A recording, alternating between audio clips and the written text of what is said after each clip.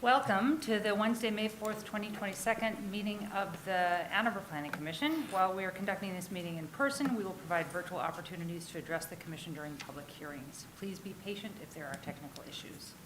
Mr. Leonard, will you call the roll? Yes. Commissioner Mills? Absent. Commissioner Gibrandal? Present. Commissioner Sauvé? Here. Commissioner Abrams? Here. Commissioner Hammerschmidt? Here. Commissioner Dish? Present. Commissioner Lee? Here. Commissioner Clark? Here. Commissioner Weich? Here. We have a quorum. All righty. May I have a motion to approve the agenda? Okay. Moved by Commissioner Lee, seconded by Commissioner Sauvé. Is there discussion on the motion? No discussion. All those in favor, please say aye. Any opposed? Okay, the motion carries. All righty. A little closer, thank you. We are on to number 4, which is minutes of the previous meeting. May I have a motion to approve the minutes of April 19th, 2022? Okay, let's see, Commissioner Lee, seconded by Commissioner Weich. Any discussion of the minutes? No? All right. All those in favor of the motion, please say aye. Aye. Any opposed? Okay, so the motion carries. We are on to number 4, which reports to the Planning Commission. Councilmember Dish, do you have any report? Council hasn't met yet. Okay. Mr. Leonard? No report. I'm still, we have a potential PUD pre-submission for next week's working session, but it's not confirmed yet.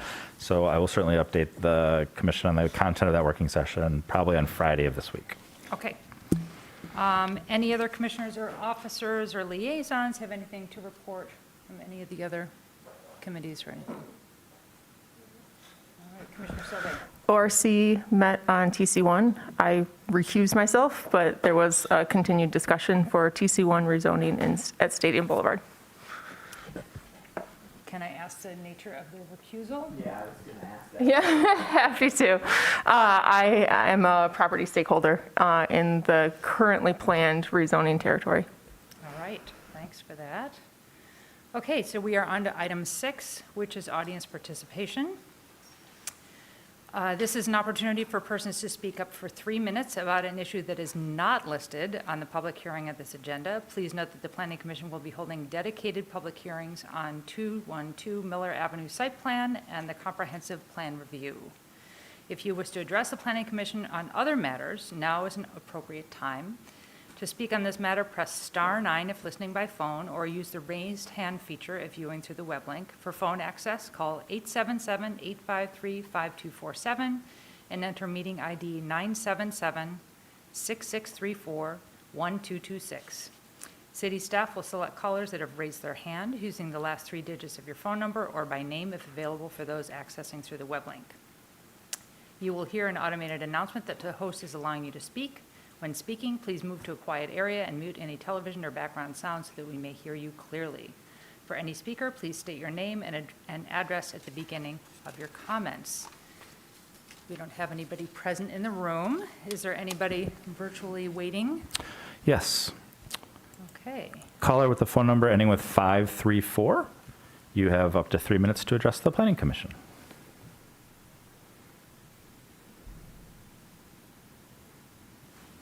Good evening. This is Tom Stalbert calling from Lower Town in Ann Arbor.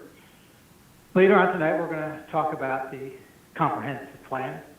As I was thinking about some items relating to that, I was thinking about the past. And actually, it was quite reflective today about my friend Ethel Potts, who passed on, and how, was it 5 years ago maybe? Her and I were at the Planning Commission talking about the upcoming Morningside Lower Town project and saying how if the application that was being presented to you was to be contemplated, that it required a revision to the comprehensive plan because it was not in conformance with the comprehensive plan. And I think we were a bit naive at the time. It should have been done.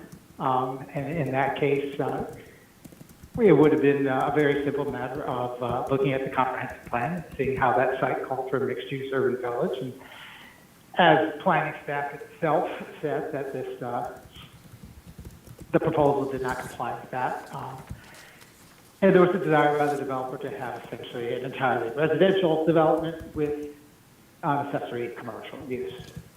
Given that was multiple parcels, one parcel at the corner could have been zoned to something that would go to commercial use, and the rest would have been zoned to a residential category. So why didn't a revision to that part of the comprehensive plan occur as we requested? Well, if it had occurred, you would have found out what the citizens, the community envisioned for that site, for that area. In the case of that area, a mixed-use urban village probably would have been confirmed as what the community did want. You look at what you want for TC1, and that's consistent with that. That makes sense. And then the development could not have proceeded. It was had rejected. Had the community said, no, our vision has changed. We're fine with an entirely residential project at that location. And then if we had then changed the comprehensive plan to match that new vision, then the project would have had to go for a residential zoning. And the most dense residential zoning, let's say what was approved for Valhalla, 30 more seconds. wasn't as much as they wanted. So in essence, the city did not partake in revising the comprehensive plan to the site as it should have, because the developer would not have liked either outcome. But that's not how we operate. So when we're looking forward to changing, revising our comprehensive plan, which we need to do, we need to look at the past and learn from the past and learn why we've gotten things so wrong over the past few years with regards to the comprehensive plan. That's one of multiple errors that's occurred with regards to the comprehensive plan in the past few years. I think we need some training. It's time to get that from an outsider. That's 3 minutes. Thank you. Anybody else? No other speakers are indicating a desire to address the commission. Okay. Let's see. We are on to item 7 then. Mr. Leonard, are there any new scheduled public hearings? Yes, we have 2 new public hearings scheduled for the May 17th, 2022 Planning Commission meeting.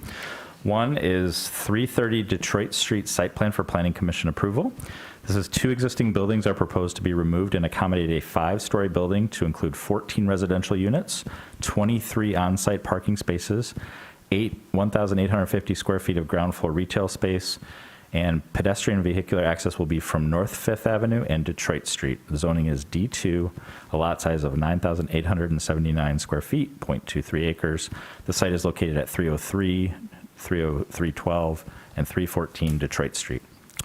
The second new public hearing is proposed amendments to the Ann Arbor City Code, Chapter 55, Unified Development Code, to Sections 5.16.1A, residential occupancy, Section 5.16.2A and B, adult daycare center, child care center, 5.16.3J, outdoor recreation, 5.16.3P, transit corridor development, 5.16.4B, nonprofit corporations, 5.16.6C, drive-through facilities, 5.16.6G, group daycare home, and Section 5.19 parking standards are being considered to eliminate minimum parking requirements for all uses, eliminate or consolidate some parking use categories, eliminate the option for off-site bicycle parking, change the weight limit for vehicles parked in driveways, and simplify the requirements for electrical vehicle parking, and change, reformat, and include the TC1 district in the special parking district regulations.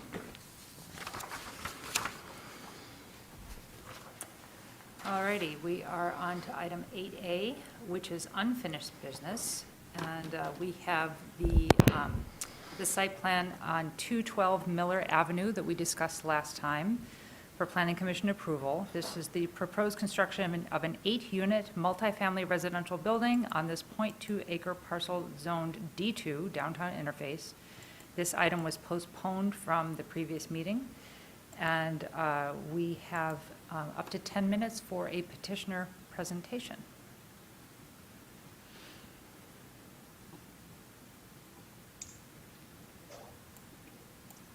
Hi, I'm Kathy Kyneth with Macon Engineering.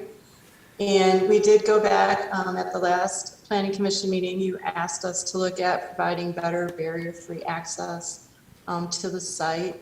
So we went back through that process and we've met with the city. We looked at doing some various configurations of ramps. And we determined that the lower level garages would be severely impacted by placing a ramp. And, you know, as we discussed at the last meeting, there were also some issues with the city sidewalks and existing grades there not being barrier-free compliant. So we came up with a solution of providing a lift on the outside, and if I can, I will share my screen with you.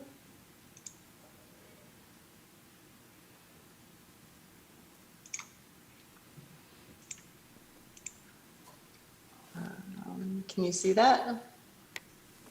Not yet. No? There we How go. about now? Yep. Okay. So originally, I'll back up a step here.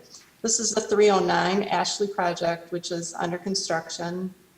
The work along the right-of-way has already been completed. There is an ADA compliant sidewalk along here.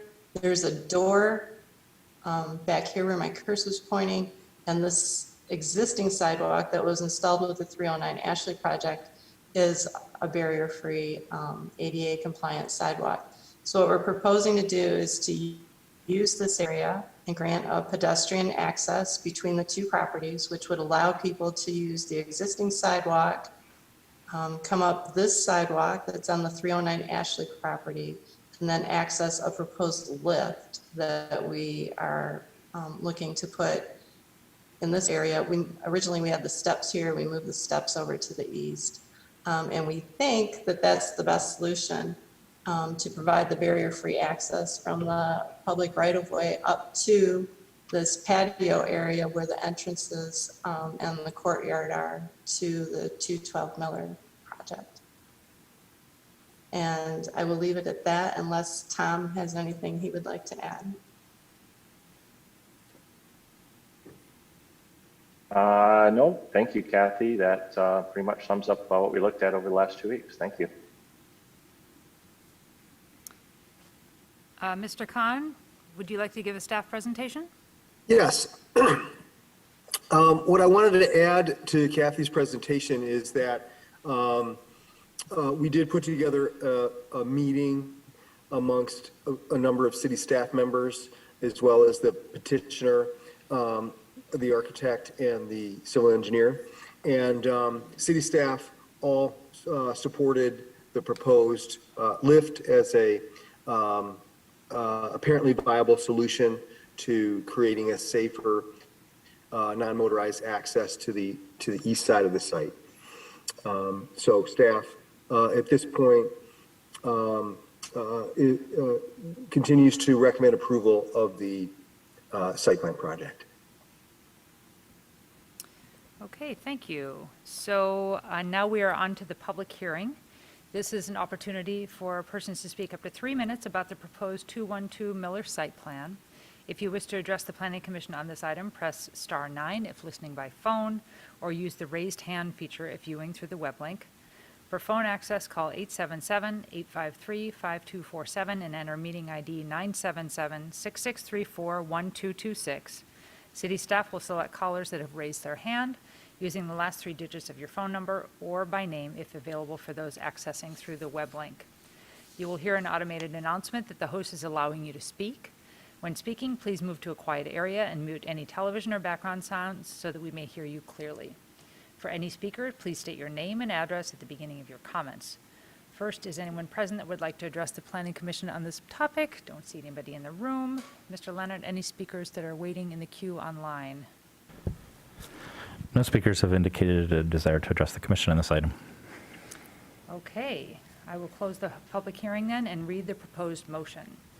The Ann Arbor City Planning Commission hereby approves the 212 Miller site plan inclusive of layout amendments dated 4/22/22 as it complies with all applicable local, state, and federal ordinances, standards, and regulations, and it will not cause a public or private nuisance. Moved by Commissioner Dish, seconded by Commissioner Lee.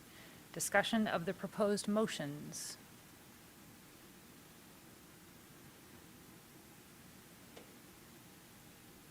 Nobody?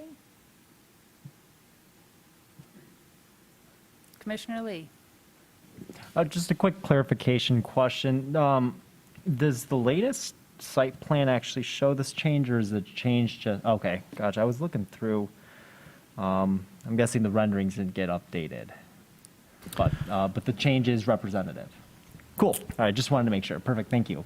Yeah, and I would just add on to that, you'll recall in order to keep the shorter time frame, we did suggest that they provide this one-page layout, which that's been attached to the packet. The subsequent full site plans will be amended to reflect that with this revised layout, but I think that's what you're referring to. Yep, that's perfect. Thank you for the clarification. Looks good to me.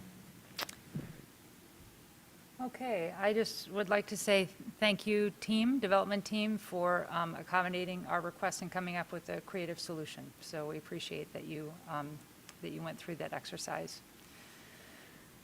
Okay, are we ready for a vote? All righty. Go ahead, Mr. Leonard. Okay, Commissioner Abrams, Yes. Commissioner Hammerschmidt, Yes. Commissioner Dish, Yes. Yes. Commissioner Lee, Yes. Commissioner Clark, Yes.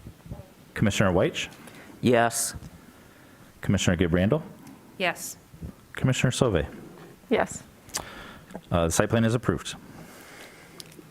Thank you very much for your time. We are on to 9A, regular business. This is for the discussion of the comprehensive plan review. The Ann Arbor City Planning Commission and Planning Development and Services Unit review the city comprehensive plan on a regular basis. The Planning Commission is seeking comments about the city's comprehensive plan, including elements that should be studied for possible change or new elements that should be added to the plan. Presentation by staff. That would be me. I am going to just run through a very brief overview, if I can remember how this whole Zoom thing works.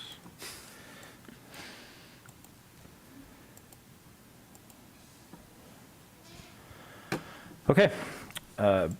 As Commissioner Gibrandal indicated, this is kicking off a look at the city's comprehensive plan. Just a reminder of the framework about why we plan. We plan for a couple of reasons. The Michigan Planning Enabling Act, first of all, that is the state legislation that directs us and allows us to plan. It's an act to codify the laws regarding and to provide for city planning. Our local ordinance. The Chapter 8 directs not only the establishment of a planning commission, but also that the planning commission shall prepare a master plan for the orderly physical development of the municipality. And the bylaws. The planning commission's bylaws shall advise the city council in the preparation and continuance of the comprehensive plan, being a guide for the future development of the city.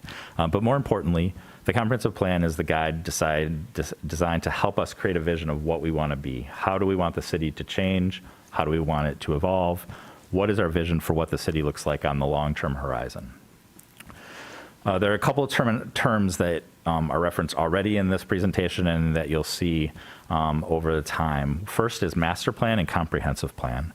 The Planning Commission has already started this process, but as you'll note from the previous slide, state legislation refers to master plan. Many of our documents are entitled master plan. However, the term master may evoke slavery, it may invoke paternalism, it may invoke finality, that is, that suggests that things are set in stone and not to evolve. So for those reasons, the Planning Commission and staff are moving towards an evolution of using the term comprehensive plan rather than master plan.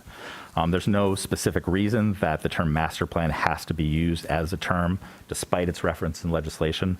But I will confess that over 20+ years of doing this work, it's still at times finding myself tripping up and switching my terminology. But that's the aspiration that I'd like us to consider moving forward. What is the city's plan? The city's plan, in our case, is actually 8 documents. Some communities have a single document. We don't. We have 8 documents. These documents collectively comprise our comprehensive plan for the city. These 8 documents collectively set the policy guidance that the Planning Commission, City Council, and our community utilize to understand what our vision is for the city.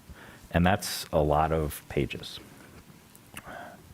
As a reminder, you've seen this before. Sometimes we talk about this in the context of development review. Right now we're talking about this in the context of the left side of this graphic.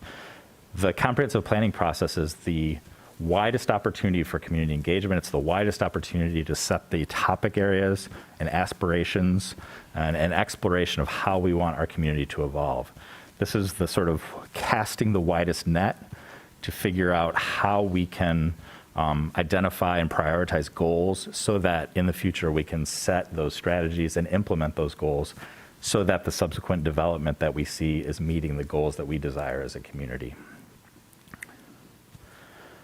Review of the comprehensive plan happens through from a couple of points. Since 2008 and the adoption of the Michigan Planning Enabling Act, there is an expectation that communities will review the plan at least every 5 years. And then in your bylaws, it actually establishes a higher standard to review the plan on an annual basis. So this is an opportunity to be very big thinking, broadly thinking. I think you've seen some of the feedback already from communication that's been received in the packet, but this is an opportunity to really, we're not presenting changes to the plan at this point, but rather an opportunity for the public to come to you as the Planning Commission and say, the plan should be changed or it shouldn't be changed. What should it address? Are there ideas for what the process should look like? Are there ideas of what the product should look like? How would it be usable? How would it be functional? Are there particular areas of emphasis? How far ahead should we be looking? 20, 30, 50 years? And in fact, anything. Again, this is the opportunity for really the broadest opportunity for feedback and brainstorming as the city considers if to undertake this work and so in which direction. This isn't the only opportunity for that feedback. Planning at a2gov.org is always available to the community to provide feedback at any time as we move forward.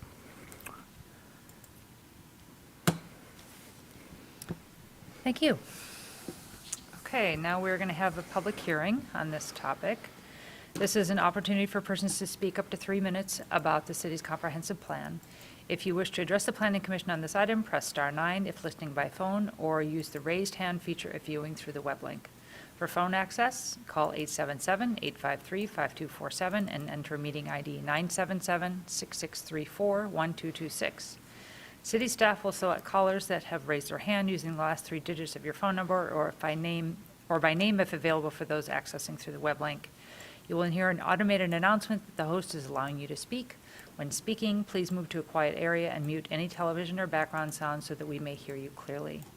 For any speaker, please state your name and address at the beginning of your comments.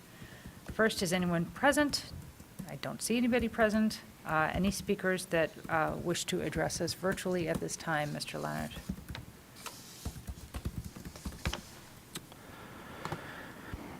Not yet, but I would suggest we give it a minute. While we're waiting, we got quite a few emails and things like that too, so I hope people have had a chance to be able to look at those. Mr. Stolberg, you have 3 minutes to address the Planning Commission.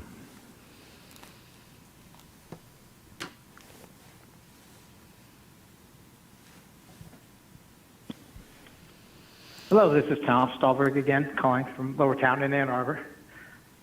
I really encourage you to engage an outside consultant to work on revising our comprehensive plan and engage an outside consultant to work on training both Planning Commission and City Council in understanding better the relationship between the comprehensive plan and zoning and our UDC. A lot of people on the Planning Commission right now are very capable professionals and can do a good job scrutinizing the site plan. And this has been observed by multiple people I've talked to. But over the past 5 years, not just the current body, but the body overall over the past few years, is not addressing rezonings and comprehensive plan issues in a manner that us with experience in the business are accustomed to seeing. As one land use attorney, an expert in this area, said, they're not even having the right conversation. And what that relates to is, in order to comply with the Michigan Zoning Enabling Act, the Michigan Planning Enabling Act, and our own UDC, there's certain criteria we have to follow and certain process we have to follow. And we have not been doing that. When we make evaluations of rezonings, we are not always following the criteria that's in our UDC. When we're taking other actions, we're not following the process that's outlined in those other enabling acts. We're not permitted to have zoning if we don't comply with the Michigan Zoning Enabling Act. And we've been out of compliance frequently over the past few years. So I'm very much in favor of revising the comprehensive plan. I'm very much in favor of City Council, Planning Commission, and planning staff being better educated and better aware of the proper process, the proper laws, and I hope we can get that education from outside the city by hiring an expert as part of this process. Thank you very much. Any other speakers?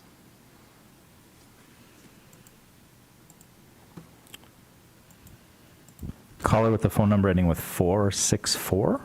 You have 3 minutes to address the Planning Commission.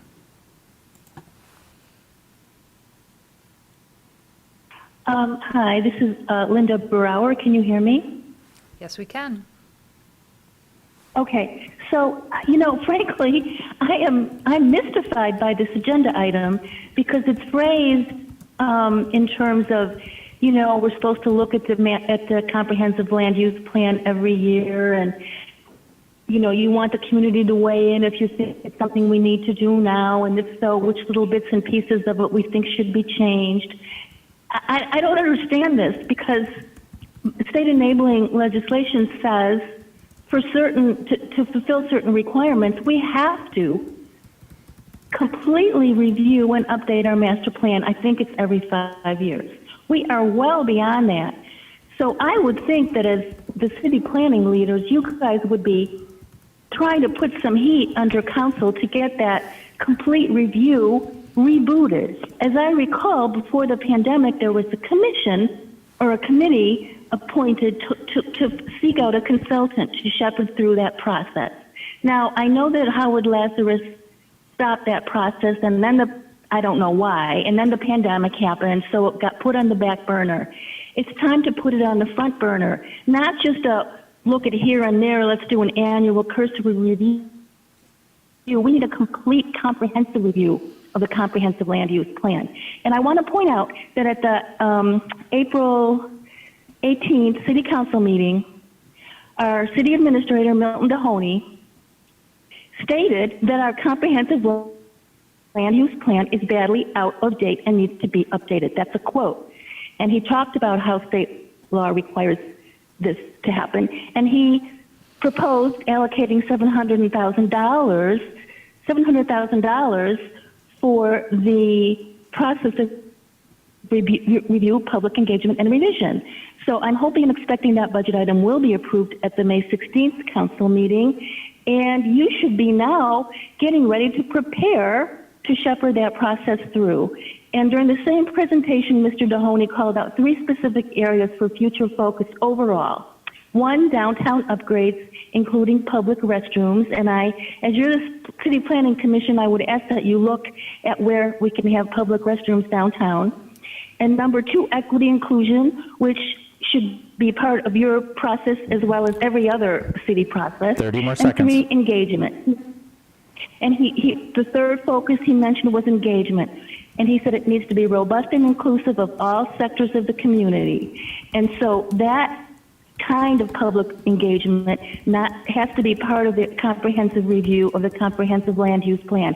Not just looking at particular stakeholders, quote unquote, but at broad sectors of the community, just as our new city administrator, Mr. Dohoney, has asked for. And I'm really expecting the City Planning Commission and Mr. Leonard as the planning staff head to really put some heat on this, because it's high time, it's way overdue. We need to look at everything as a community. Thank you very much. Thank you. Any other speakers?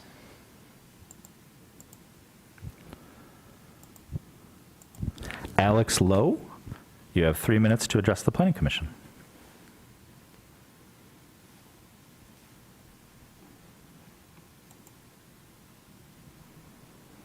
Alex Lowe, you can address the Planning Commission.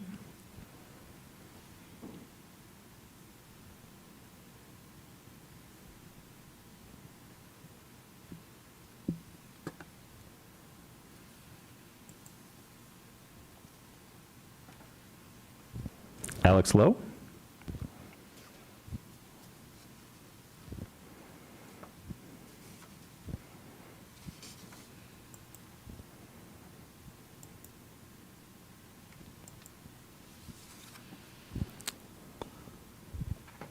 Can you hear me now?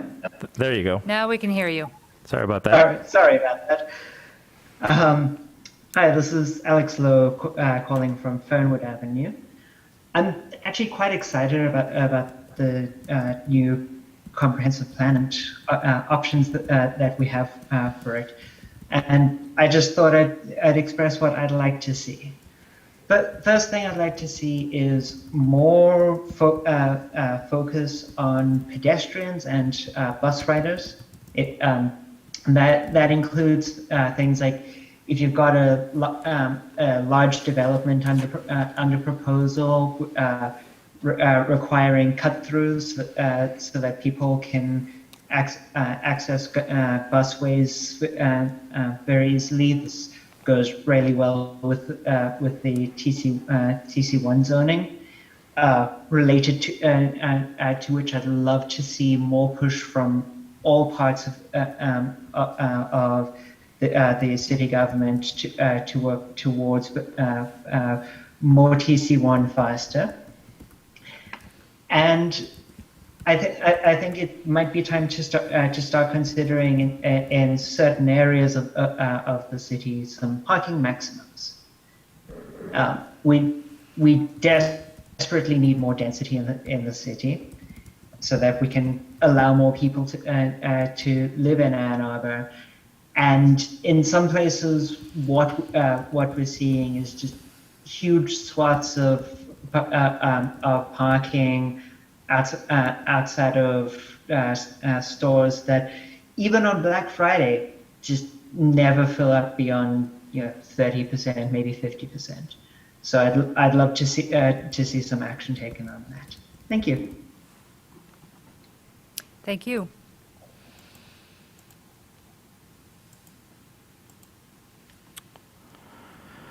No other speakers have indicated a desire to address the commission. All righty, so there is no action proposed tonight, but this is an opportunity for Planning Commission to be able to provide feedback to staff on what to incorporate into future action on the comprehensive plan. Yeah, and I can maybe just set the stage for that a little bit. So you heard some of this during public comment. The city administrator is proposing funds to assist the city in some comprehensive plan update process. That has not been adopted, but it will be considered, I think, at the second May meeting of the council. accurately, we went through an RFP as well back in 2019, I believe. So from a staff perspective, I want to tell you what sort of my vision is for moving forward.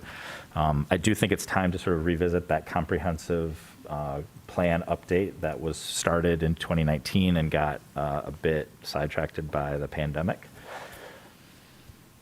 My vision would be to start working on a request for proposals in that regard. I think much of the requests for proposals priorities that were established previously are still relevant. A more concentrated focus on climate change, a more concentrated focus on equity, a more concentrated focus on perhaps aging in place. And now we have the benefit of some more community conversation about some of these items, such as the A20 plan and other community conversations. So I envision, frankly, sort of dusting off that RFP, starting with where we are today with some updates, having an initial conversation with the master plan subcommittee of this group to get it into what I hope is a pretty final format, present it to the Planning Commission then for feedback, and then it'll sort of go away from the Planning Commission as hopefully the budget holds. We can start working on that. I do envision engaging a consultant to help with this, so we can start that process. Eventually, hopefully, successfully select a consultant and start the work of that process. So that's what I envision from a process perspective. Either now or at the next meeting, this would be an opportunity if there are big picture aspects of that RFP that you think would be really important that perhaps weren't addressed last time. If any of those big topic areas that I just mentioned seem to be glaring blind spots for something that you want to see specifically addressed, provide that to me now, or even if you individually provide it to me as correspondence before the next meeting, or even after that, I can take that and start considering it in the context of that RFP. So I'll stop there. Again, this is an opportunity for the public to sort of provide their feedback to you. If you have thoughts now, things that you would really want to make sure that are emphasized in that RFP, I can take them now or in the future. Commissioner Dish? I'm not really sure how to word this, but I think it's distinct from equity, and I think that it has to do with updating the comprehensive master plan with a view to understanding, well, with a view to reparation. And I hesitate to use that word because it can be just a red flag word, but I think more than equity is at stake here. It's really we want to have a consciousness about how land use contributed to wealth creation in the past for a limited group of folks, and what can be done to address the built-in structural distribution of wealth through land use patterns, and to, as much as we can, mitigate, redress, undo. Undo is hard. We don't get to start from scratch. But clearly this is it's a national conversation. Most of us are aware of it. It's come up here on Planning Commission many times. And I think of that as being distinct from equity because it has something more to do with justice. So anyway, I kick that out there. I think we've talked about this before. So I just wanted to bring it back up.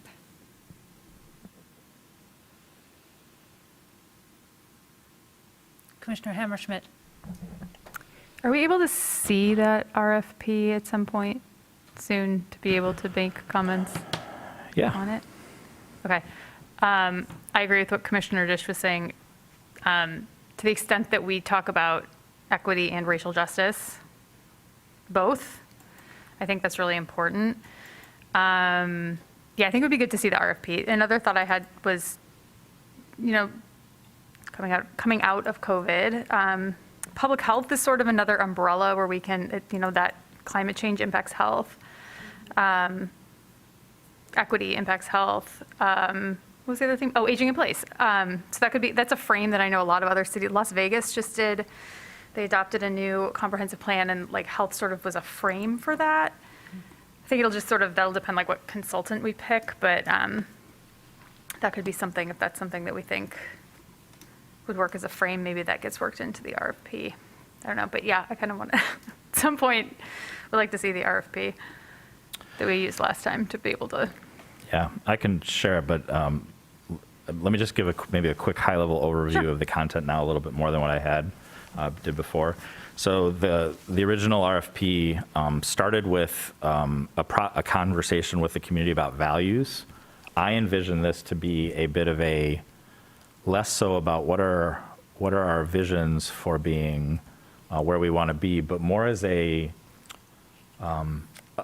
set of filters that we could apply when we were facing a difficult discussion through the evolution of the comprehensive plan. When we were facing something that there were maybe multiple viewpoints, a set of values that we could go to and say, how would it further these values to perhaps help us resolve conflicts in that process? The second piece was community engagement, that it was going to be expansive and successful to make sure that we were getting to everyone. It included even aspiring community members as part of that conversation instead of just community members. And we've specifically emphasized community engagement as your proposal should reflect that as a primary proportion of cost and work because it's so foundational to the process. We suggested consolidation. Right now we have 8 plans. The original RFP set a target of a maximum of 100 pages. I will tell you that even in the preliminary conversations that was really appealing to some people and it was really scary to some people because we have thousands of pages of policy, and I think that there's a fear of what gets lost in that. But I think it doesn't have to be 100 pages, but having to read 8 documents to establish what the community's vision is, I think is also not ideal. Land use, identify a future land use plan that addresses goals of the city, including projected or desired population growth. The original target was 2050 and beyond. Trying to perhaps think about less of a future land use map that is very referential to our current zoning pattern and more of a future land use map that might, similar to those values, provide a framework for how proposals could be evaluated. I think that's a fundamental component of our community conversation. Do we want to preserve our existing land use pattern or do we want to find ways that it can evolve? Then we talked about focus areas, aging in place, perhaps updating our design guidelines that are used in our downtown districts. We started having conversations about applying those elsewhere. How does it interact with the University of Michigan plan? We will not be planning on university property, but how are we thinking about their long-term evolution? And then a very specific and effective implementation strategy for us to take those visions, move forward. That's an addition. Those are the things beyond the focus on equity and climate change that I had previously addressed. So I'll share this as well, but that's a more comprehensive picture of what was in the original RFP. That's super helpful, which brings up a couple other questions for me. One of the things I was going to ask anyway is that you talked about the consolidation. So you showed the pictures of the 8 different plans. So, we just adopted a transportation plan, the 820 plan. And then you showed the land use element. So are you seeing that this is an update to that? Are we trying to eliminate some of those other plans? We're not going to eliminate a transportation plan that we just adopted. So, and there's the pros plan for parks. No, is this kind of going to take those plans and incorporate them within this document so that you wouldn't have to read those others to get a general idea? Or how are you envisioning that? I think it's a great question. Some of them I think are well suited to consolidation. I would say things like our natural features master plan, our downtown plan, our land use plan, and the sustainability framework those are all citywide or very fairly wide geographies that I think would be well suited for a single consolidation. Plans such as the transportation plan, the tree line master plan, and the PROS plan. The PROS plan gets updated on a sort of a little bit tighter timeline. I feel less strongly about those. I would say generally, 4 documents is still an awful lot, but there might be some logic in keeping some of those. Yeah. So I don't envision all of them being consolidated, but I don't know that I would start off with that assumption. It might be worth at least the exploration about how far could we go. Okay. And the last thing, I think, you talked about values and you talked about focus areas, and I feel like they could be one and the same. So I think we need to absolutely set focus areas initially, but if it I'm assuming that the consultant would sort of go through we all sitting at this table are saying equity and justice has to be a focus area. When we get out into the community, when the consultant gets out into the community, maybe they'll hear something vastly different. I mean, there's going to be some sort of discussion. If we say these are certain focus areas that we want and that's not what comes out in community conversations, there will be adjustments. I can't imagine that the ones that we've said would not be. But, I also don't want to be premature and saying before we even have community conversations, we've decided that these are the focus areas, if that makes any sense. I don't think we're doing that, but Well, that community engagement plan, I think, has to be sort of designed to make sure that that input is all reciprocal. Yeah, I mean, I think that's. I'm not worried about that. For example, our city council has set some policy directions. That's, for example, carbon neutrality is something that this board struggles with on a project-by-project basis. Our legislative body has declared that as a goal.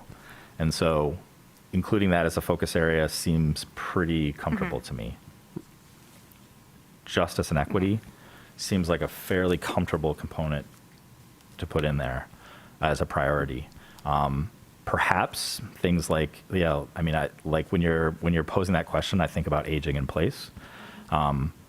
We have an aging population like everybody else, but a lot of the things that are good for aging in place are good for everybody across the community. So maybe it doesn't need to be framed in that way. So, but I also think that there's some logic in trying to be specific in what we're asking for so that we get the best partnership and assistance in getting there. So I think to keep it too open to say, let's wait till the community engagement process is resolved before we know what those focus areas are, that's probably too late. But I hear what you're saying. We need to build in the ability to sort of reset and make sure that they are reflective of what we're hearing. Yeah, I totally agree with all that. I think it's just, I think there's this rhetoric that's well, why should I participate if they've already decided? Yeah. Commissioner Sauvé. Hybrid. I guess maybe this is just a very specific thought, but through the past few years, we've learned about the possibility of engagement that may not have been that wasn't in the RFP to that degree before.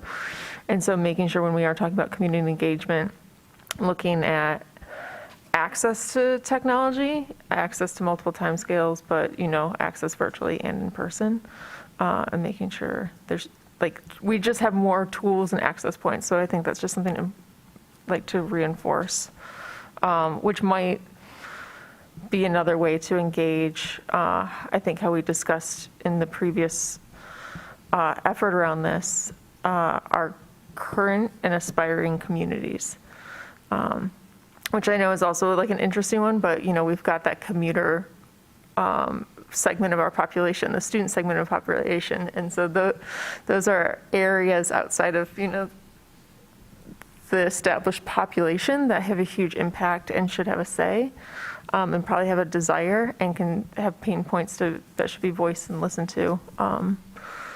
So those are at least a couple of my additional thoughts right now. We did talk maybe 6 months ago about maybe doing a call, or at least at this table, looking through Is that part, like, prior to this process, something that we're looking to do, or like offer up to the consultant as like a first pass from our end? Yeah, I mean, anything I think we do in that regard would help that process. It is something that we've talked about. It's something that I wish I would have gotten done already, but any progress we make on that, even if it's not complete, I think helps set the stage, if only sort of an audit about the goals and strategies of the previous documents and what is our assessment on those. You know, an example of one of those, as you'll see in the work program, is revisit premiums to encourage housing in the D1 and D2 districts. So that occurred in 2009.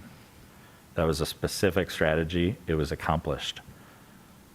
5 years ago, I probably would have said, check, we don't need to do that. But here we are now revisiting that.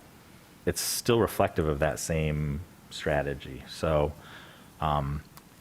but yes, the short answer is I think that would be work that would be well done, well timed to be doing now as we're gearing up to a contractual relationship with a consultant.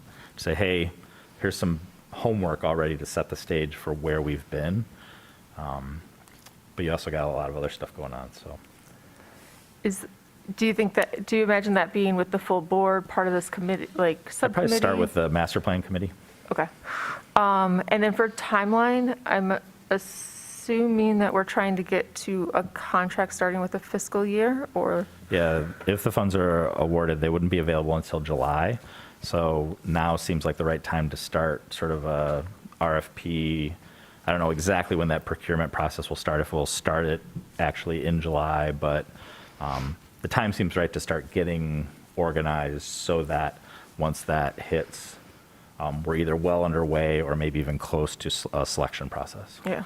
Yeah, I didn't know if like, you don't want to actually announce RFP until the money's officially like opened up versus. And it hasn't yet. Yeah, so. until July. So yeah, I guess that's kind of the timing of like, are we ready to sign from the RFP in July, or are we ready to release the RFP for applications in July? Yeah, we could probably release it before.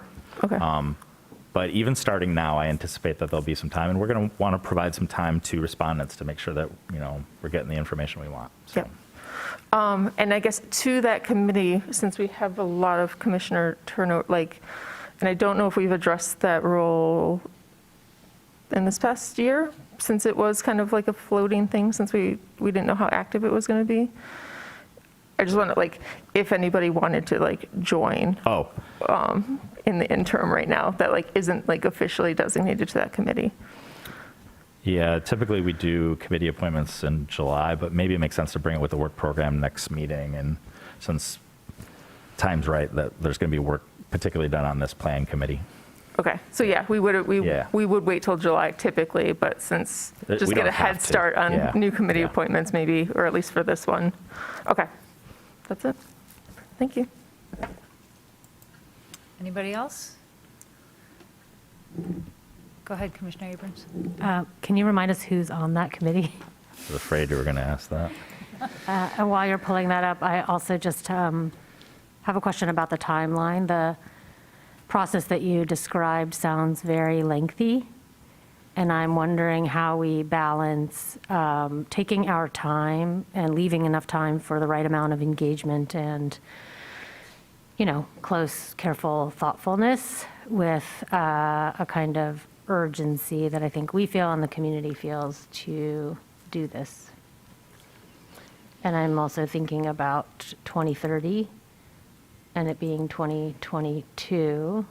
I don't know, or maybe we could just talk about an estimate of the process you described and how long it might take. It sounded to me like could easily take two and a half years or something like that. And so then would City Council be adopting a new comprehensive plan in like 2026 or 2025 for things which are meant to impact our, 2030 goals, among other things. So, yeah. I do think it's a multi-year effort. Sure, I know. I just wondered if we could just think realistically about about the timeline. I don't mean to rush us, but maybe just to have expectations, shared expectations.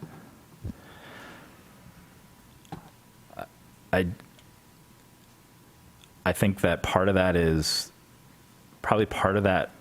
We're more successful in that probably by more accurately pinpointing the focus areas at the outset.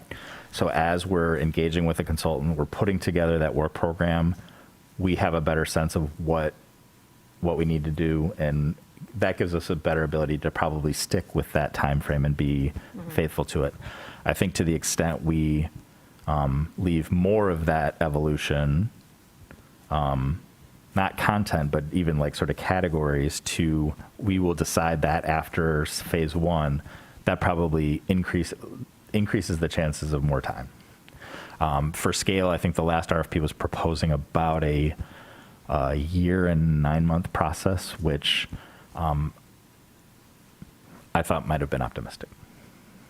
So the current plan review committee is Commissioners Clark, Hammerschmidt, Lee, and Sauvé.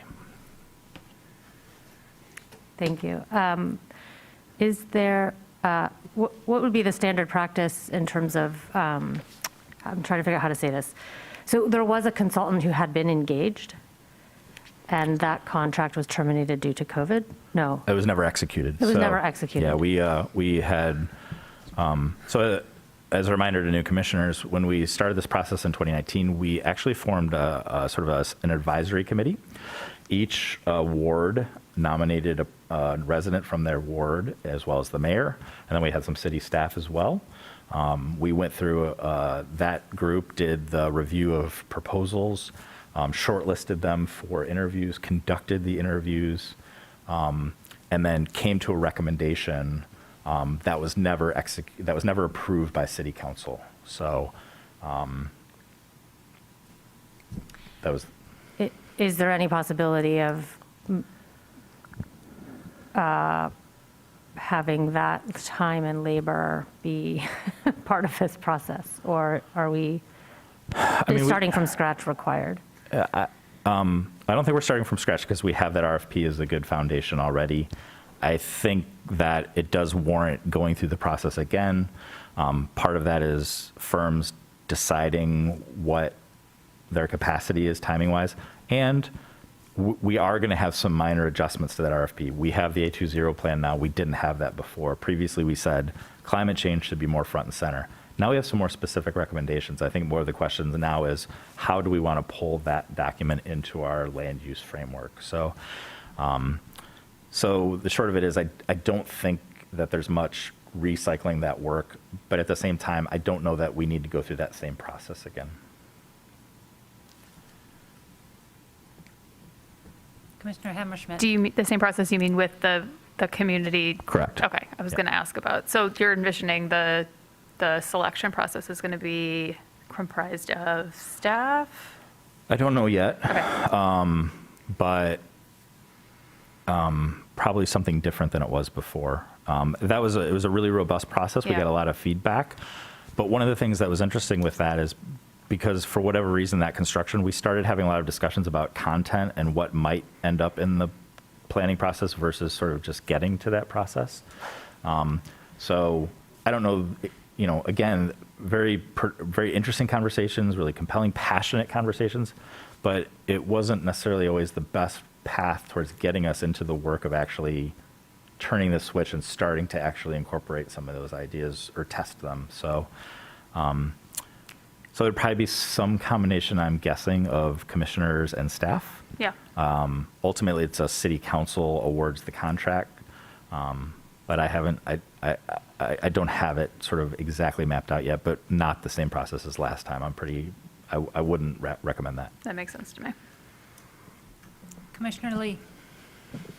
Thank you. I kind of voicing everyone else's discussions. I think it's important for us to clarify the deliverable and timeline of things, just to be able to have a pretty broad understanding of, what are expectations of timing, as well as the deliverable. Are we combining? Are we reducing? Are we enhancing some of these different plans? I know each one of these have had incredible amounts of feedback, inclusion, research. So the thought of combining would be, have to be a pretty rigorous process. My other thoughts, I know there were some comments that came in about the land use plan being a pretty critical one for us to tackle. I agree with that. Also natural features, just because I know we've come such a long way with stormwater as well. I've also been looking at other, cities' comprehensive plans, best practices. An infrastructure plan is, I think, something that we might want to also consider as we move forward. Identifying and resolving conflicts that may exist between the different plans, just given the kind of temporal nature of how long it's, the distance between it, I think will be kind of critical. Overall, the overarching point that I want to, hopefully we can get is clarifying the deliverable and timeline of this, of what we're looking to achieve. So that we're all talking kind of from the same viewpoint of, these are some of the hallmarks or I guess timeframes that we need to hit. So those are the two items, deliverable, timeline. Let's clarify those. And obviously the values piece is so incredibly important. Transparency, inclusivity, social justice, all of those things are going to be obviously key as we move forward. And the ability, I love the comment about technology and how far we've come in the way that people provide comments. So I think we have an opportunity to be more inclusive than ever. But just wanted to bring up at least these points of resolve conflicts that exist within plans, and let's clarify what are we what's the deliverable of what's the composition of that comprehensive plan going to look like at the onset, without compromising all of the underlying work that's been done to get us to where we are. So just getting a clearer sense of that, I think, will help a lot of people to conceptualize what this process will look like. Thank you. Anybody else? I would just like to get a little bit more clarification. I'm not on the committee. I'm not asking to be on the committee for this, but I'm just wondering how you see the interface between the larger planning commission and the subcommittee. Is it that something that's going to sort of come up in a somewhat regular basis in our working sessions, or do you see them being pretty separate? I'm just curious, because I would definitely like to be able to weigh in every once in a while, but I don't have the bandwidth for it either to be able to be on it. So. Yeah, I don't know. It could happen in a lot of different ways. Initially, I think that I would envision that the subcommittee would help, as ORC does, they help staff present a better product to the full commission. So the committee wouldn't have any action. They would be an extension of the staff in that case, sort of playing that interloper role between what we put on paper and them saying, I think the commission's going to be more responsive to this approach. And so then that would come to the full commission. I would envision at some point, I think it would be great to have the planning commission say and take action to say, yes, this RFP represents our desire for how this process should look and the product that we want and the areas of focus. I think that's important. That's an important endorsement because you are the body that ultimately has to create this document and present it to the city council. Then the next phase of that would be determining how we want to involve the planning commission with selection. The planning commission won't vote on that contract, but I think we want to figure out how to involve either the committee, a few members in that process, so that once that does go to city council, similarly, the planning commission has had a voice in saying, yes, this seems like the right partner for us to undertake. This is the right scope. These are the adjustments we would suggest. So that's presented to city council. And then if that is enacted, then it's probably the next phase is what's in that work plan? What groups are we creating? Are we creating a steering committee? Are we creating many steering committee? Are we creating focus groups? The last plan had a little bit of both. It had some sort of bi-discipline area focus groups, but then it also had some sort of steering committees that were sort of over top of those focus groups, trying to tie some of those things together. So, and that's one of the things that, I think that a consultant can help bring us some expertise in how that has gone in other communities. That's one of the really great benefit besides horsepower is, hey, they're doing this planning process in multiple communities on a frequent basis where they got several going at a time. They can bring that expertise and knowledge about how those community engagements were successful or not successful and how we can improve upon them. Okay, that's helpful. Thank you. I guess one other thing I'd like to say too is the whole idea of aspiring people in Ann Arbor, and I have teenagers, and I just noticed that their views are really different than a lot of the things that we hear here for our public comment. And, you know, they're the future. I would love it if my kids could afford to live here. I don't know that they will be able to. But I think it would be interesting to engage, like, some people in our local high schools or things like that about like what this is really, I mean, we're planning for the future. These are the people that we hope can live here, the people that grew up here that actually could have a chance to live here too. So I'd like to think about that in a slightly broader way, because I think they are very unlikely to show up to our typical meetings. And I think that they do have an important voice. So I guess I would just add that in terms of how to think about engagement as well within this, that, you know, I think there are lots of places where kids and students are corralled, where we could actually get their feedback and not ask them to show up to an evening meeting or something like that. And I think that there's a lot of things that they have a stake in with this, so. I'm sure they're at least watching Mom on TV. I don't know. Yeah, right.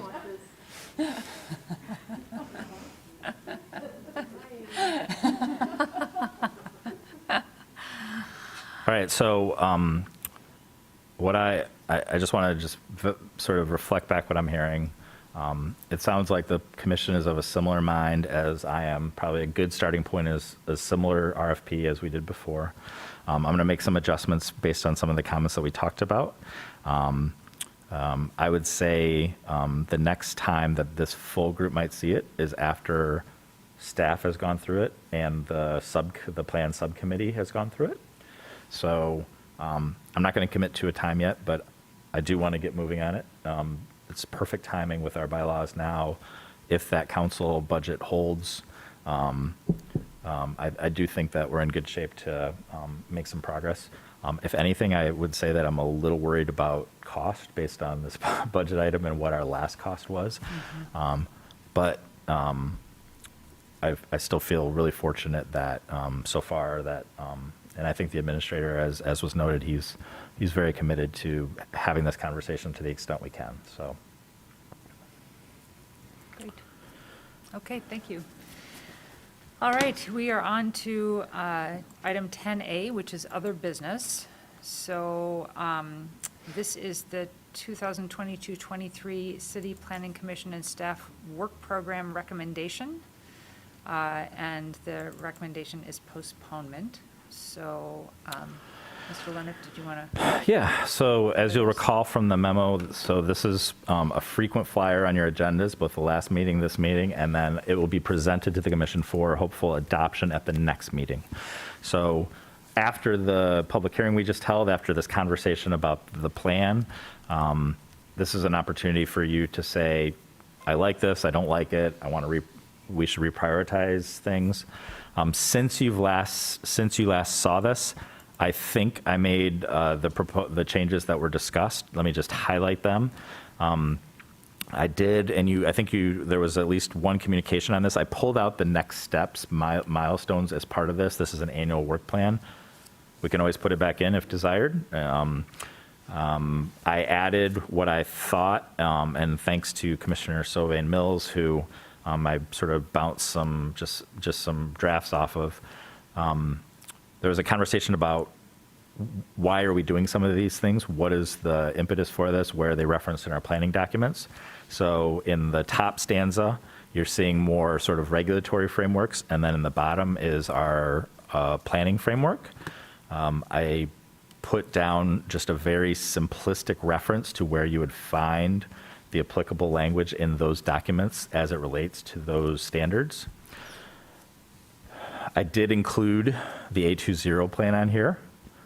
I also include applicant petitions, things that the Planning Commission has proposed and things that staff have proposed, in addition to the land use planning framework.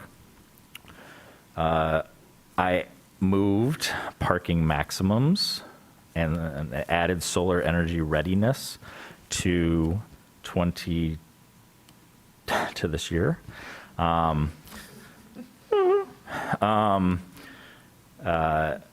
as was discussed, another item that was discussed was mixed-use neighborhoods, 20-minute neighborhoods, providing other types of uses in perhaps residential neighborhoods to reduce trips. That has been added to 2023. Missing middle, R4C, and residential district infill has also been added to 2023. Other than that, you'll still see the TC1 by corridor by year. You'll still see the laundry list of sort of things we might get to in the future. Again, this is just another touch point. Hopefully it's getting closer to what's comfortable for the commission. This 2022 is a little intimidating to me, but just to be clear, I'm happy to shoot for the moon, and we'll see what we can get done. Any discussion? Commissioner Sauvé? Thank you for adding that. If you want to look at it. With those references, in terms of the work plan for 2022 and just the previous discussion, the transportation plan recommends parking maximums in transit corridors, which we've done. You will reconsider them next meeting. Okay. So I guess I just want clarification on in addition to that, for me, I'll just kind of voice that I do not see parking maximums as a priority to pressure the work plan instead of being thoughtful of the other agenda items. When the parking maximum goals, I feel like have been met to the extent of being within those districts. They're not recommended to be applied to all districts at this point. So I'll just say that of things and priorities, that would be one that I would be happy to drop to 2023. If not, just watch the market and respond and have it be kind of a living thing. So I think what you did was actually really, really helpful to be able to see and pinpoint exactly what the language said about parking maximums and decide, at least for me, that it isn't kind of a necessary effort at this time.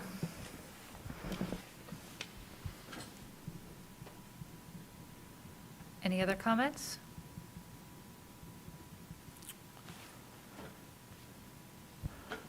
I would envision by the next meeting, I don't know how much I will have, but to the extent I have a better sense of time frame for the planning process, I might reflect some of that in there. But I as a caveat, I don't envision that those timelines have to be in here. I really envision this to be this is the big thing that goes on the bulletin board. There's a lot of work that happens with each one of these that we can talk about timeframes, and I'm happy to develop other products. So just over the coming weeks before that adoption, if it's something that you feel is important to incorporate, we can look at it. But I really wanted to start with the list, and just keep us hopefully disciplined on these things. The other challenging thing will be if things come up, if for some reason council asks us to look at something. In the past, we've sort of put a placeholder for that there, but that hasn't happened with the same frequency over the last year that it probably did the prior couple of years. So I'm okay with it at how it is. Commissioner White. So looking at the work plan, in particular, the delta changes, is my understanding correct that the comprehensive plan review process won't touch the UDC? That's correct. So in terms of this lead of the changes in UDC, one of the things that I was hoping for was sort of some consolidations of overlaps in some of the zoning. Does this incorporate that, or is it being kicked out separately as like the R4C at the bottom of 2023 and then into 2024? So the idea would be we would take a meeting and everyone brings the thing they want to get rid of in the UDC. And then we hash it out, put it on a board, and then we come to some consensus, and then we vote things out of the UDC. Or is your plan staff's going to bring recommendations to planning, as Alexis has already done, and then we say yes or no to those types of things? So it can happen either way. Well, And- if I could, how are you imagining it in the work plan? So right now in this work program, I'm not imagining a lot of capacity for adding new things. So if that is something that the Planning Commission is desirous to say, that there might be things that are not reflected on this list that you'd like to tackle more quickly. In that case, I would suggest we define and name it, and we add it to this year, and then we move something else off. Maybe it's parking maximums, maybe it's something else, or move something back. I guess because I don't want to be out of line, that is to say, This is the process. This is exactly the process. You're not out of line. I understand that I'm not out of line in this part of the conversation, but when I start directing staff work, that's where I feel like it's out of line. So if the idea was, hey, I've looked at the UDC, we can get rid of like 40 of these restrictions, which would, help us with lot sizes and non-conforming lots, and would allow for height restrictions to be removed and stuff like that. I imagine that's going to generate some kind of staff work. And then you're going to say, okay, we can either do these 40 things you just brought to us, or we can do the things that are on the work plan that I've already created for you. So what I'm asking is, given that you're the person who brings the plan to us and then we give you feedback, how did you imagine that going? Did you imagine that being a part of this year's work plan at all? And so you could just say no. Yeah. Okay. It's not part of this work plan, but it could be. Like one of the things we Well, I know you're agreeable, and I appreciate that. Yeah. But I want to be clear, it's the Planning Commission, that's why this is here. It is for you to direct my work. And so it is for you to tell me, of these things, which are the things that are most important to the Planning Commission. And if, and I would say it depends. If you want to eliminate, if that conversation is let's eliminate lot sizes and all dimensional requirements in all districts, that's a big conversation. Sure. That I'd probably say we probably need to move 3 or 4 of these things off at least to have that conversation. If we have that conversation, it's more focused. It might be one. But if that's a conversation, I think that's my point is let's name it. Let's commit the resources to having that conversation to see what that looks like, or just put a placeholder on there. And even if we have to limit it, even if that list is 30, and I say let's start with these 5. Sure. That's at least prioritizing that conversation in the context of all these other things that the commission has already talked about. Right. So I think in my mind, I was waiting for the invitation of the review of the UDC for things we could just consolidate. And it doesn't seem like that's on the horizon explicitly. Yeah. It's being picked up in the R4C conversation. It's being picked up in the missing middle. It's being picked up in things that Alexis identifies and brings to us. But there's not a blanket conversation where we look at the UDC and we say, there's a lot in here that doesn't really need to be in here. I didn't know that in the UDC is the restriction of unrelated people inside the living thing. That was surprising to me because I just read about that in Kansas and I was like, I thought we got rid of that. But no, it's right there. 4 unrelated people can't live together by statute. And I'm like, why is that in there? I mean, I know why, but why is it still in there? So that's the kind of thing, and there's no, unless we bring it through the Planning Commission business at the end of the agenda, then it's a surprise to everybody. There is no real conversation to tack it onto something.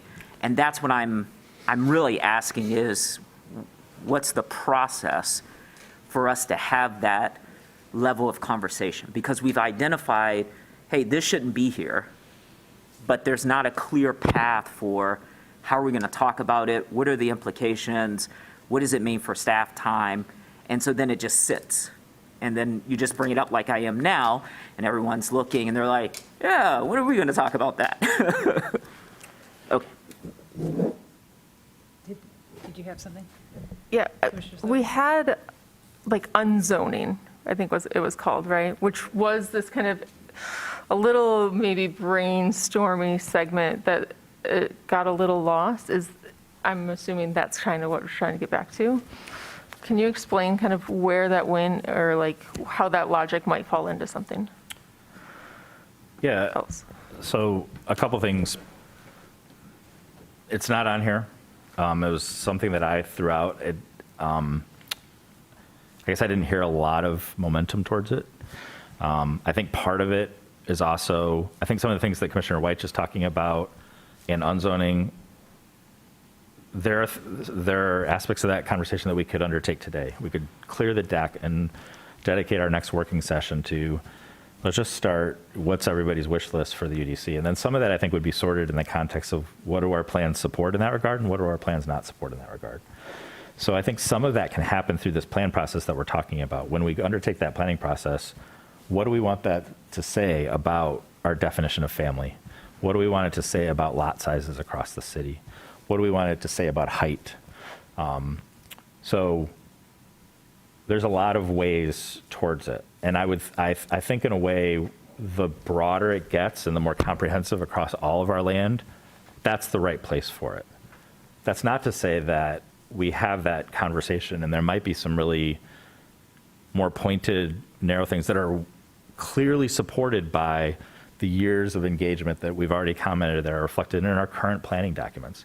Even though we might suggest that, yes, it's time to update our plan, it doesn't mean that we disregard the policy that we have on the books now. So part of that conversation is these 3 meetings. What are you not seeing on here? If getting rid of unrelated, the definition of family is one of those things, that's the kind of conversation that we can add to this work program. It doesn't have to happen in these meetings. We can dedicate a time to it to explore that. But that's part of my intention, is sort of getting this to you in these iterations to say, there's 10 things on here that I don't see that I would like to see. That's up to the whole commission to agree that those things are important as opposed to just one commissioner. It's not a list of everybody's wishes, but this is absolutely the time to do that. And I can work to sort of put together that conversation if you feel like that hasn't been provided adequately. I think the thing that I'm struggling with is the land use through the comprehensive plan review overlaps, but doesn't directly address. So like the setbacks is in the UDC. It's not going to be in the land use, but how we use the land is related to how we place structures on the lots. And I just don't know where to get into that, because where we get into it is when someone comes and says, like Jennifer Hall did, and said, you know, we're going to build this structure here, and we see the setback, and we're like, well, why are you not maximizing this land and coming closer to the sidewalk? Because this doesn't need a 35-foot setback. And so then it feels like it's incremental, whereas we had that conversation about that one lot, and we're like, well, if we just change it by 5 feet, we should be able to get more in, and you sort of looked at the plots, and Alexis weighed in, and all of that. And so it's just like, I just don't know where to bring that. So if you're saying let's dedicate a working session to unzoning, then it would just be helpful to A, know when we can do that, B, figure out if there's some interface with staff so that I can ask the question before the meeting about, like, hey, if I propose a change to setback from 35 to 12, what's that going to do across the city, you know, in terms of lots, so that we don't have that argument, not the argument, but that discussion where you could say, well, Donnell, let's look at these original plottings and how that all lays itself out. So that's all, because I just don't want to feel like it's coming out of left field and you've got this work plan and you're like, gosh, we're getting close, but we keep getting tripped up on these small places. So I like your idea of let's have a unplanning working session where we all like pick 5 things in the UDC we want to see go, and we just bring them and like Survivor, just vote them out of the UDC. Exactly.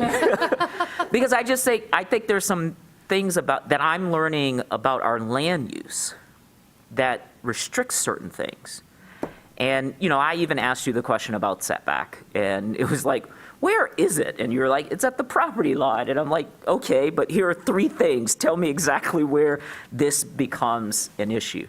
And then we have all those non-conforming units or, uses throughout the city.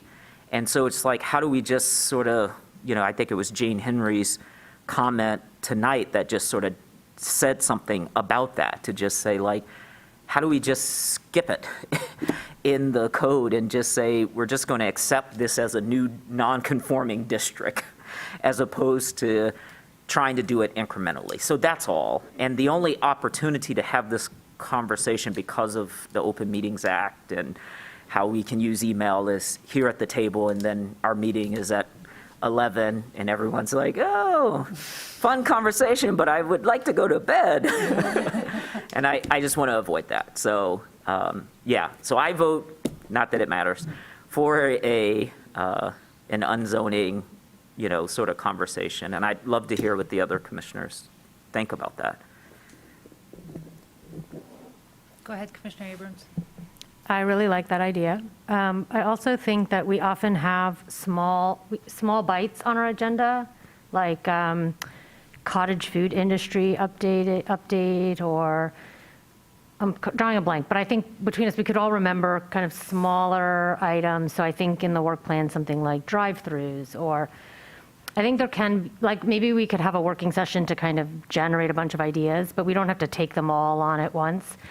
And we could identify ones that are little nibbles or smaller bites. And sometimes those small bites balloon and end up taking 9 months, but sometimes we are able to be quite efficient and do things within a couple of meetings, and adding 20 minutes to each meeting or something like that. It doesn't have to be. So maybe we could try to tackle it that way. Like maybe there's a kind of, I don't know what you call it in the work plan, but there's an allowance, let's say, that we hold for kind of smaller scale items. And the work plan really outlines much bigger, the kind of bigger things we know are going to take months of work.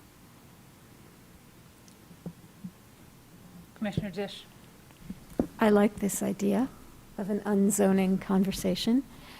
As often when there's a potluck or even a reverse potluck, I'm a little daunted that my offering may not be very good, because the idea of reading through the UDC and figuring out what I want to strike, that feels like more than a weekend's homework. But it does seem to me that a number of things have come up. So I know that during the discussion of ADUs 2 years ago, that restriction on the number of unrelated people that can live in a place, because we had to think about it in terms of the ADU and the main house. So that has come up, and there seems to be an appetite to think about what purpose that is serving and what sorts of normative household forms it is enforcing. And so that would be something that I think we've already talked about. It seems like there are probably other things like that that have come up before that we might want to visit in a systematic way. And like you said, Commissioner Weich, getting some staff feedback so that, what looks ridiculous to us, oh, but think of this, and it's fine for that to happen at the session or in notes beforehand, the way the staff gives council staff responses so that we save embarrassment. We could do that kind of format, but if anyone else can think of ones that we have spoken about before, and I don't know, can we talk about setbacks generally? I know that we have spoken about them with respect to particular zoning districts, because that's what we did when we just did the great R2A revision. We specifically looked at, it wasn't setback, but it was lot sizes, right? So, yeah, I don't know if are there other things that have come up more or less repeatedly that are in the UDC that we would want to come to in a structured way and really think if we want to tackle, rather than keeping on butting up against them and feeling, vaguely annoyed or confused by what they are doing there. I guess I would add one other thing too, and that is like what makes sense to have, does it make sense to have that discussion as part of our own discussion? Or is it better as part of the whole comprehensive plan piece too? So I'm a little confused by that, frankly, about sort of how those things overlap. And so I don't know if you have any wisdom on that. Mr. Well, I Wagner. think Commissioner Weich was starting off with this. The planning process, at the conclusion of this planning process, ideally from my lens, there's 3 pages with tables at the end, and it says year 1, the city should update its lot size requirements and its setback requirements, and it should look at uses in the R1 districts. Year 2, it should evaluate changes to its natural features ordinances in the following manner, and it should consider consolidation of commercial districts for simplicity, and it should revise short-term rentals to consider this impact. Year 4, 5, and it lays out then, that's the plan, as Commissioner Weich asked, doesn't change a single regulation in our UDC. It does result in a community vetted and bought in prioritization of those changes that we should undertake to the UDC after adoption for the sake of realizing our vision. I think Commissioner Weich is saying, I don't want to wait till that. There are changes that we should take concurrently to that process. Yes. And those are the changes that we've identified here because they are currently reflected in our plans. As we go through that process, that is the conversation that we would have. I would be frantically at this table trying to say, I want to reduce the lot sizes in the R1B district. I would be frantically trying to answer the question, does our plan address that or not?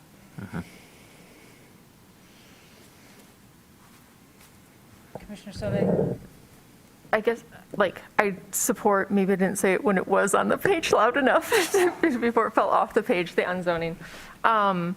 But I am kind of imagining a structure where through a working session brainstorm, we discover things that might fall into the Charlie Delta category, and then other things that get their own line item, right? Like that there's 2 tiers of this work to be done, and some things might be less impactful and be a single, correct? Correct. And so this feels like a bigger conversation than parking maximums, but like unzoning before parking maximums, and then at least we get the first round of things out to figure out what needs to map out into this list, and what then becomes maybe in the future list rolling into, I guess, whatever, all the minor changes. And so when it kind of comes up again in staff tasks, they're like, oh, there's actually this pile down here.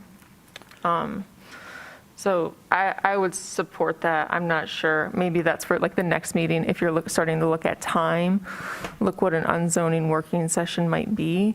At least to kind of have dedicated discussion to it, to build the framework instead of make the decisions at that one to start doing the ordinance work. Just for a reference point, over the last 10 years, the city has, on average, adopted 4 UDC amendments per year.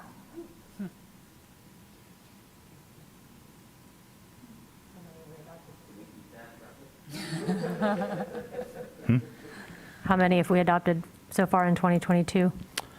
I don't know that yet. I mean, I just haven't done that data. So you've been increasing over the last 5 years. We've averaged 6 amendments per year. So just for a scale of, that's a pretty good, that 10 years is different planning commissions, different councils, different planning directors.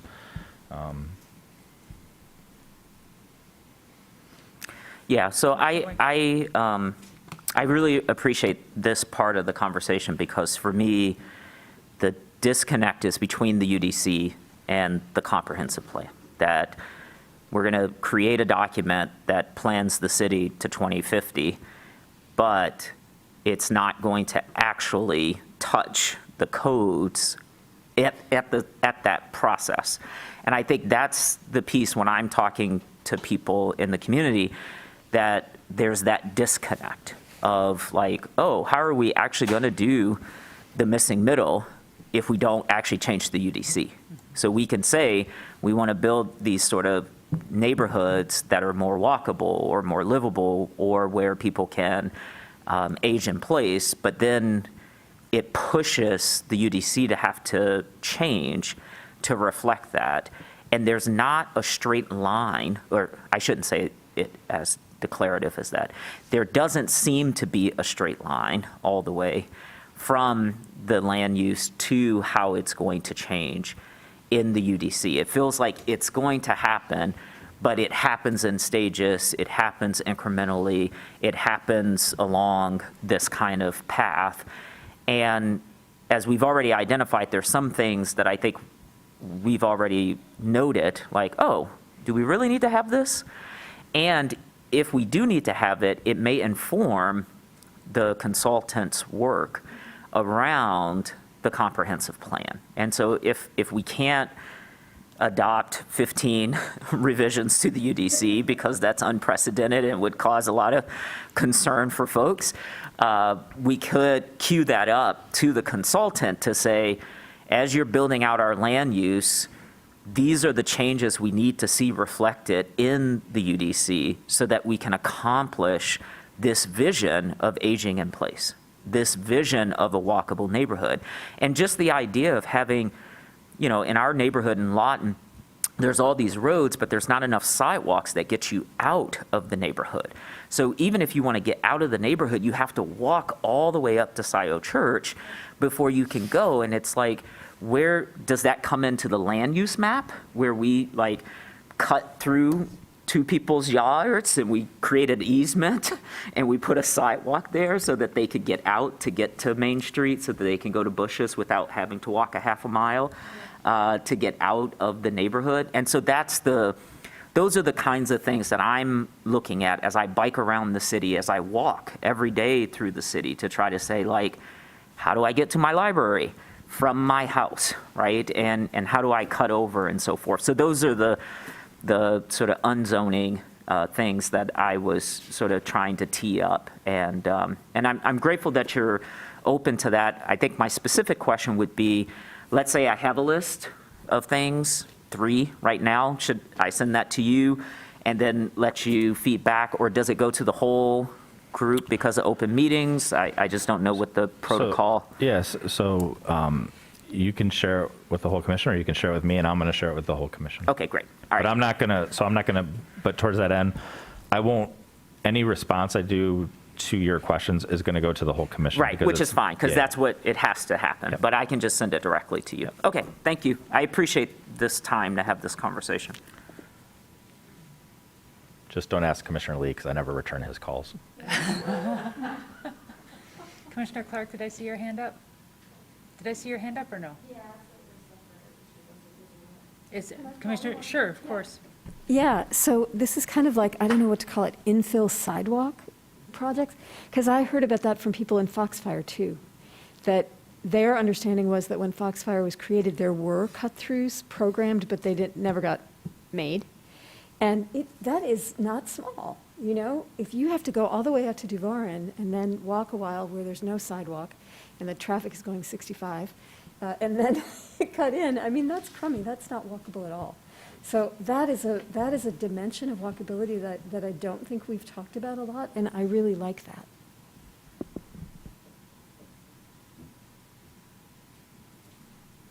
Go ahead, Commissioner Clark. Okay, I hope this is okay time to mention this. Sorry. So something I didn't, we kind of briefly mentioned about youth engagement in the urban planning. A little bit step beyond that, I just was curious if there was space on the agenda for making more all-age friendly cities and centering like children and families. We're about to get a bunch of affordable housing units and other developments that are assumed we're going to be bringing in families and children. There's a lot of new materials and research on cities and how they can plan and zone to be more child-friendly. There's ways with like zoning with childcare, places like that, looking at which areas of the city are in-home daycare is allowed with zoning, what, the size of the lots that would be required. Given the time right now with, what a shortage we have in those things, and that we're trying to make a city that's for all stages of life, I just would be curious if there's any space that we could kind of squeeze in, not only engaging youth that are old enough to do so, which is a great idea, but also children and, yeah, so that's it. Yeah, I think that's really, that's a better articulation of what I was talking about with aging in place.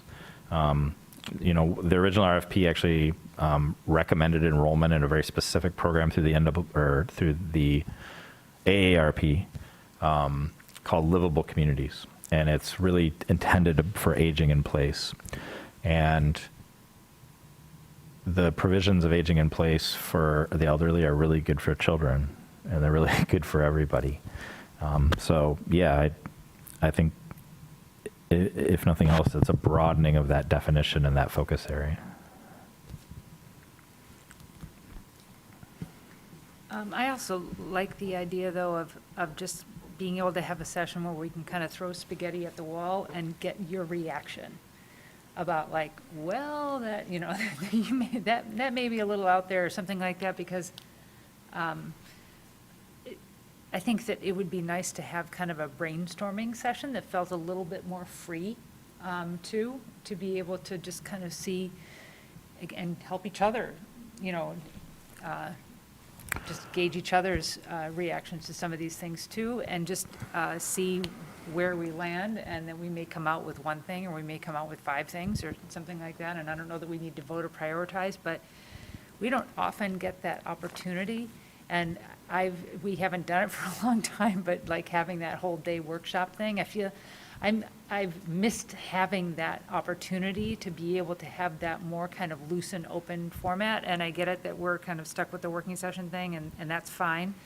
But I would like to be able to bring some of that feeling in of being able to really kind of talk with each other too about ideas and priorities, and just like, well, what if this, or what, or it's just so that we're all seeing a lot of different things here and talking to a lot of people and experiencing a lot of things through our own professional networks and everything too. And I just think it would be helpful to be able to have a session or two where we could really kind of pick each other's brains. And I totally get your need to be able to have these as tackleable items. And maybe we'll come out with 2 that are tackleable items, but it would be nice to have a format where we could just be a little bit more open with each other to be able to have a conversation. Yeah, I think that conversation might benefit your review of an RFP. Yeah. And I was thinking the same thing, that maybe the retreat format is a good place to do this. Mm-hmm. I'm just going to jump in and add to, I know you can't, probably, the research behind it, Alexis is really good at, explaining where the codes come from, but, for unrelated persons, it can be because you can have a dozen unrelated persons living together in a basement in unsafe conditions, sort of thing, right? So, worst case scenario, and typically a historic moment tips the scales to requiring a code. And, I can't pull every precedent, but it's helpful sometimes to situate why codes might be couched, in health, safety, and welfare, but have other sort of impacts to opportunities of living and things like that. So, like, I think if we can also, like, set that conversation in that way, so we can maybe, I don't know if it's like a two-part then, that we like raise the question of like, why is this? This feels, and then we send you back with some homework to explain why it is, so that we feel more comfortable with what's still on the books that we might not want to pursue, right? We're like, oh, now that we actually know its kind of purpose in the UDC, we feel more comfortable with its reasoning. Yeah, I'm sensitive to that. I think my initial thought is I would bring a bunch of staff, and I would try to provide that framework sort of in real time to the greatest extent we can. At the same time, I sometimes, as much as I wish I weren't this way, sometimes I think me and bureaucracies can be we can sort of gravitate towards it's always been this way because of X, Y, or Z. And so I do wonder about whether there's just some value in really just finding the right line between trying to answer those questions, but being clear, taking a step back from advocating. Like, for example, the definition of family has a very impactful history across the whole state. Our definition of family, to my understanding, is sort of the court case that establishes a reasonable balance of being able to limit the number of people that can occupy a dwelling unit so that you might not get unsafe impacts. I am guessing part of it, frankly, came from student encroachment into neighborhoods as well. Without that, there would be the provision to any home would then potentially could be occupied by a much higher number of people, because, going from like a 4-bedroom in an R4C versus a dedicated home. So I'm guessing there was a lot of public policy discussions. It makes me nervous to adjust that because I know it's been vetted and supported by the courts. But that's an example where, like, I don't know if that's the right thing for that conversation. Just because of all that doesn't mean it's not worth revisiting. So, so I appreciate that. I don't know the answer. I sort of feel like it's somewhere between us trying to provide some color commentary, but still writing it down to see where we go with it. Yeah, I totally agree. Like, it's not to just like remove things from the list, but also it might be more about defining the terminology instead of just removing the line item sort of thing, when we understand the purpose behind it. And actually, there's like purpose and there's impact, and those can be two different things. And to have the conversation of what both of those are might steer us in a better direction of the way to change that policy. So that's right, like poking holes in it, in the best and the worst case scenario, I think is the best way to get to good policy. And it's, from some of the research I did for the Housing and Human Services Advisory Board Commission, in 99 years, we've gone from 7 pages of regulations to like 340 pages of regulations. So when you're talking about there's a moment in history, or that's exactly what happens. There's all these moments, and over that time period, whether it's marijuana facilities or short-term rentals or accessory structures or you name it, there's these moments in time where we say, well, how do we want to respond to this? And that results in that drastic increase in regulations, all coming from very good policy discussions and thoughtful discussions and debates at the time, but collectively they can have a big weight on a site. And times change, too. Anybody else? Okay, so we are at item 11, audience participation. One more opportunity for persons to speak up to 3 minutes about any item of interest. If you wish to address the Planning Commission at this time, press *9 if listening by phone, or use the raise hand feature if viewing through the web link. For phone access, call 877-853-5247 and enter meeting ID 977-6634-1226. City staff will select callers that have raised their hand using the last 3 digits of your phone number or by name if available for those accessing through the web link. You will hear an automated announcement that the host is allowing you to speak. When speaking, please move to a quiet area and mute any television or background sounds so that we may hear you clearly. For any speaker, please state your name and address at the beginning of your comments. Nobody's present here. Is there anybody in line virtually? There is. Kirk Westfall, you have 3 minutes to address the Planning Commission. Hi, good evening. Great discussion tonight. I unfortunately missed part of it at the beginning, but I really appreciated the conversation. The first thing that kind of struck me about thinking about the future comprehensive land use plan and the RFP and so on, which I hope some timetables can be put on, because that's, I think, a super important process. Made me wonder if folks had the opportunity to look at the sustainability framework, which is one of the elements of the comprehensive plan. It's a pretty short and readable document, and I'm curious to hear from folks like how the format of that, or sort of the broad values of that, would differ from your ideal, comprehensive plan as a finished product. So I'd be curious to hear any observations about that.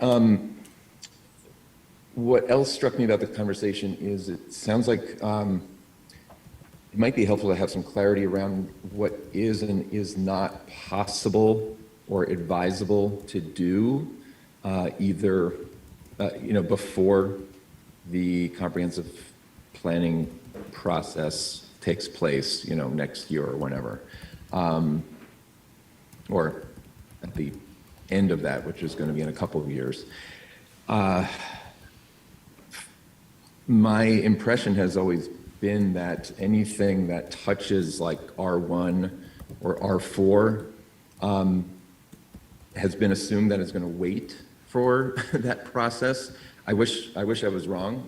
Things like eliminating minimum lot sizes or reducing setbacks or allowing increased height and density in residential areas. I would love for that to happen quickly. But I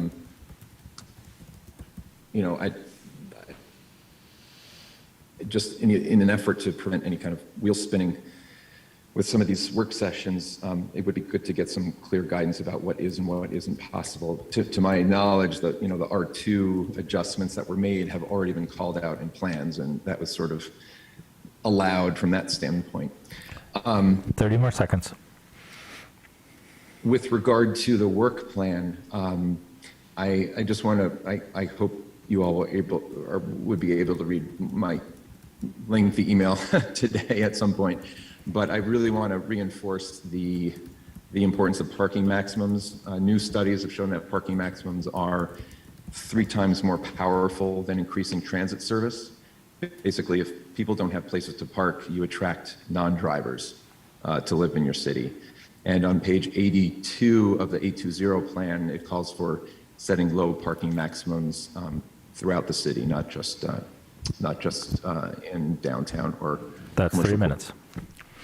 Thank you.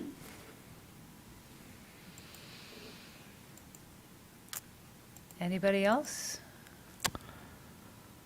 Yes. Caller with a phone number ending with 464. You can address the Planning Commission for 3 minutes. Thank you. This is Linda Brower again. I appreciated your talk about the comprehensive plan. I'm very happy that you want to look over that previous RFP and see if it can be revised and updated and send it out quickly. I think that's wonderful.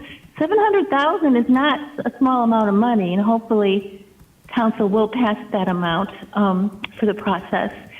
I don't understand. It sounded like Brett didn't think I know that the previous committee that designed the RFP and was actually in the process of vetting consultants, it sounded like Mr. Leonard didn't think that was a very friendly process, and I wonder why. I mean, it seems to me, I think that committee was composed of staff and planning commissioners and one community representative from each ward. And it seems to me that that was a really good way to do it. And I would hope that you wouldn't just exclude neighborhood ward representatives when you resuscitate this committee. I think I heard Brett recommend you keep it just to council, just to some segment of planning commissioners and staff.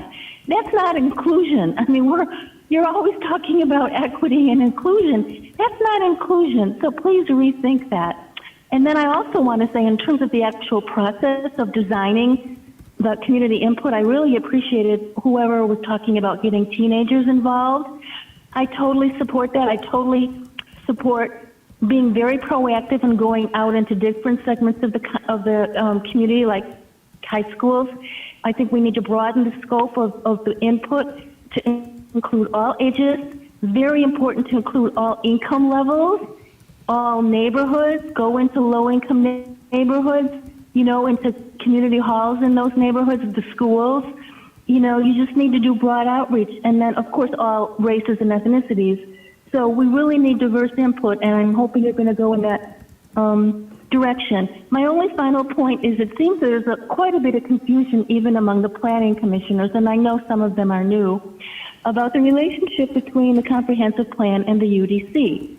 Now, there is a relationship, and I think it needs to be made very clear. And if Mr. Leonard cannot make that clear to the commissioners, maybe he can call in a professional to make that relationship a little more clear for all the planning commissioners, because it really is a key. There's supposed to be a relationship, and we need to make sure there is a relationship and not look at the two as two separate entities, which it seems like some commissioners are confused about. Thank you very much. Any other callers?